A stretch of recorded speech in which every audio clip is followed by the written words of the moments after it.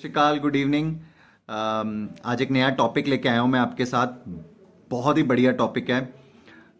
हम आज डिस्कस करेंगे कि जब एक फंड में एक फंड मैनेजर अपना अपना अपना अंदर का खुद का एक विल डालता है और कितना कुछ एक कंपनी को देखना पड़ता है जब वो पैसा इन्वेस्ट करते हैं आपका, और किस तरीके से जब आप ये देखोगे कि ये एवेन्यू म्यूचुअल फंड्स किस तरीके से बाकी सारे अपने एवेन्यू से डिफरेंट है। चलिए करते हैं आज की वीडियो शुरू। देखिए, अगर आप सबसे पहला बेनिफिट देखेंगे जब भी आप म्यूचुअल फंड में पैसा लगाएंगे और खुद से जाके स्टॉक मार्केट में परचेज नहीं करेंगे, तो उसमें जो सबसे बड़ा डिफरेंस आपके लिए आएगा वो ये आएगा कि आपको एक पोर्टफोलियो फंड मैनेजर की प्रोफेशनल सर्विसेज मिलने वाली हैं। देखिए, अगर आपको खुद से आज एक स्टॉक मार्केट में शेयर खरीदना हो तो आपके पास ना जियो पॉलिटिकल न्यूज़ होगी, ना आपको उस शेयर के, ना आपको उस कंपनी के बारे में बहुत ज़्यादा नॉलेज होगी, ना उसकी आपको रेशोज कैलकुलेट करनी आती होंगी, ना आपको उनके बिजनेस से समझ आते होंगे। तो जो एक प्रोफेशनल फंड मैनेजर होता है वो इन सब चीज़ों को बहुत बारीकी से देखता है, उसके बाद उस बिजनेस में आपका पैसा लगाता है। राइट। जो सबसे सेकंड मोस्ट इंपॉर्टेंट बेनिफिट इस चीज़ में है वो है डाइवर्सिफिकेशन। देखिए, मेरा डाइवर्सिफिकेशन से मतलब है कि जब ये पैसा यहाँ पे लगता है तो जो ये पैसा है वो अक्रॉस सेक्टर्स में लगता है। कोई भी एक आप फंड उठाएंगे म्यूचुअल फंड में, से अबाउट हम एग्जांपल लेते हैं कोई लार्ज कैप ही हो, तो लार्ज कैप में ऐसा नहीं हो सकता कि एक फंड मैनेजर अपनी विल के हिसाब से सिर्फ सारा और सारा पैसा बैंकिंग में ही डाल दे। वो ये नहीं कर सकता। उसे ये पैसा फार्मास्यूटिकल में भी डालना है, उसे ये पैसा इंफ्रास्ट्रक्चर की कुछ अच्छी कंपनीज में भी डालना है, उसे कुछ पैसा केमिकल इंडस्ट्री में भी डालना है, उसे कुछ पैसा और भी बहुत बेहतरीन ऑटो पार्ट्स पे ले ले तो उसमें भी डालना है।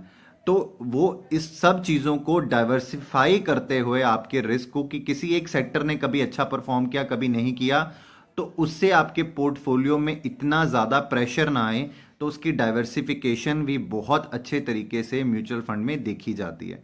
जो आप और मैं जब अपने आप से शेयर खरीदते हैं तब हम ये नहीं कर पाते।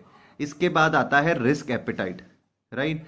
तो जो रिस्क एपिटाइट आप ले रहे हैं अपने एक शेयर खुद खरीदने के लिए, या आप खुद अपने लिए एक रिस्क मैनेजमेंट का प्रोसेस अपनाते हैं, तो वो जो ये सारी चीज़ें, ये दोनों चीज़ें आप अच्छे से नहीं कर पाते, क्योंकि आप रिस्क मैनेजमेंट के बारे में भी फिलहाल उतने अच्छे से जानते नहीं हैं। जब आपको कोई भी एक चीज़ खरीदनी है, उसके पीछे के, जैसे मैं भी पहले भी बात कर रहा था, रेशो एनालिसिस करने हैं, बैलेंस शीट्स देखनी है, प्रॉफिट लॉस देखने हैं, आने वाला टाइम, उसका फ्यूचर देखना है उस कंपनी का, तो हम ये सारी चीज़ें इतनी बारीकी से नहीं देखते हैं। क्योंकि जब हम म्यूचुअल फंड में पैसा लगा रहे हैं, हम तो बहुत लॉन्ग टर्म के लिए लगा रहे हैं। तो जो म्यूचुअल फंड मैनेजर का काम है वो लॉन्ग टर्म देखता है इन सब चीज़ों को। जब ये पैसा लगाना है, वो ये ट्रेडिंग के लिए यहाँ पे पैसा नहीं लगाता म्यूचुअल फंड में। सो आपका पैसा जो है वो लॉन्ग टर्म के लिए लगाने वाला है। उसके बाद आती है कि हम बहुत सारे एवेन्यूज में पैसा लगाते हैं, तो जो सबसे कन्वीनियंट मुझे दिखता है स्टॉक्स खरीदने हो या कुछ चीज़ें करनी हो, अगर आपको ये नहीं आती है तो आपको कन्वीनियंटली आपको एक अच्छा म्यूचुअल फंड ढूंढना चाहिए और कन्वीनियंस से अपने पैसा वहां लगा देना चाहिए। आजकल बहुत सारे प्लेटफॉर्म्स बन चुके हैं जहां पे आप डायरेक्टली जाके भी म्यूचुअल फंड में पैसा इन्वेस्ट कर सकते हो, और किसी अच्छे पोर्टफोलियो मैनेजर के पास भी जाकर उसकी सलाह लेकर आप अपने फंड मैनेज में अपना पैसा लगा सकते हो। उसके बाद इसमें नॉर्मली तो बहुत सारे जो और हमारे एवेन्यूज़ हैं इन्वेस्टमेंट्स के, उसमें भी ये पॉइंट होता है, तो टैक्स एफिशिएंसी भी आती है।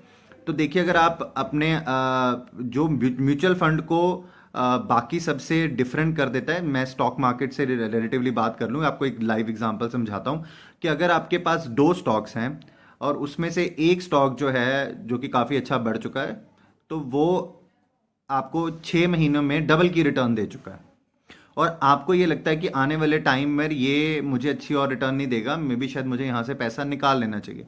तो उस केस में 6 महीने में जब अगर आप पैसा अपना निकाल लेते हैं तो आपको शॉर्ट टर्म कैपिटल गेन पड़ेगा। और आपके पास एक और जो शेयर है वो आपने काफ़ी देर से होल्ड कर रखा है, जिसको आपको 15 महीने से ऑलमोस्ट 2 साल के करीब हो गया है, आपको लगता है कि ये भी बिकॉज मार्केट काफ़ी अच्छा परफॉर्म कर चुकी है, ये भी अपना अच्छा परफॉर्मेंस दे चुका है, तो मुझे इसको भी निकाल देना चाहिए, तो वहाँ पे आपको लगेगा लॉन्ग टर्म कैपिटल गेन। विजा वेज जब आप म्यूचुअल फंड्स में आएंगे तो म्यूचुअल फंड्स में ये सारी चीज़ें एप्लीकेबल नहीं होती हैं। म्यूचुअल फंड में जब शेयर्स लिए जाते हैं तो वहाँ पे जब आप पैसा लगा रहे हो तो आपका टाइम पीरियड वहीं से शुरू होता है, तो वो शॉर्ट टर्म भी हो सकता है, वो लॉन्ग टर्म भी हो सकता है। वहाँ पे 50 शेयरों में वो पैसा लग रहा है, तो वहाँ पे ये टैक्स एफिशिएंसी वाली प्रॉब्लम आपको मैनेज करने की ज़रूरत नहीं पड़ती है, वो इन हाउस अपने आप वो मैनेज होती है। इसके अलावा टैक्स एफिशिएंसी में अगर आप ये देखोगे तो आपको टैक्स में रिबेट भी मिलती है। हमने अपनी पिछली वीडियो में भी बात करी थी कि हमें 1.5 लाख रुपए की टैक्स रिबेट के लिए हम ELSS स्कीम्स में पैसा लगा सकते हैं, तो आपको टैक्स एफिशिएंसी वहाँ से भी मिलती है। आपको ये जो ये म्यूचुअल फंड इंडस्ट्री है ये बहुत ही वेल रेगुलेटेड है, इसमें एमफी बहुत अच्छे से काम करती है, सिक्योरिटीज़ एक्सचेंज ऑफ बोर्ड ने रेगुलेटरी अपनी बहुत अच्छी से फ्रेमवर्क करके रखा है, जिसके अधीन ये सारा कुछ अच्छे से परफॉर्म होता है, राइट।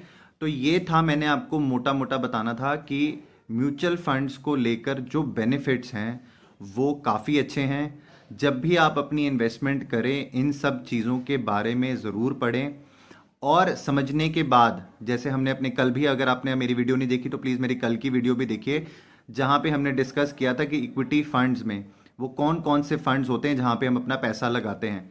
तो वहाँ पे आप अपने नेचर के हिसाब से और इन सब चीज़ों को भी देखते हुए, जहाँ पे आपको लगता है कि एक फंड मैनेजर अच्छा अपनी अपनी रू डाल सकता है उस फंड में और वो अच्छा काम कर रहा है इस आज की मार्केट में भी, तो उस फंड मैनेजर के साथ अपना पैसा ज़रूर लगाएं। आपको ये थोड़ी सी डिटेल स्टडी करनी पड़ेगी, मेरे आने वाली वीडियोस में मैं इन सब चीज़ों के बारे में, और हम म्यूचुअल फंड पर्टिकुलरली फंड्स के ऊपर भी अपनी एनालिसिस ज़रूर करेंगे। तो अभी के लिए थैंक यू सो मच। अगर आपको मेरी ये वीडियो पसंद आई हो, आपको ये कंटेंट पसंद आया हो, तो प्लीज़ मेरी वीडियो को लाइक करना, सब्सक्राइब करना और प्लीज़ मेरे चैनल को आगे शेयर ज़रूर करें। Thank you so very much, thank you.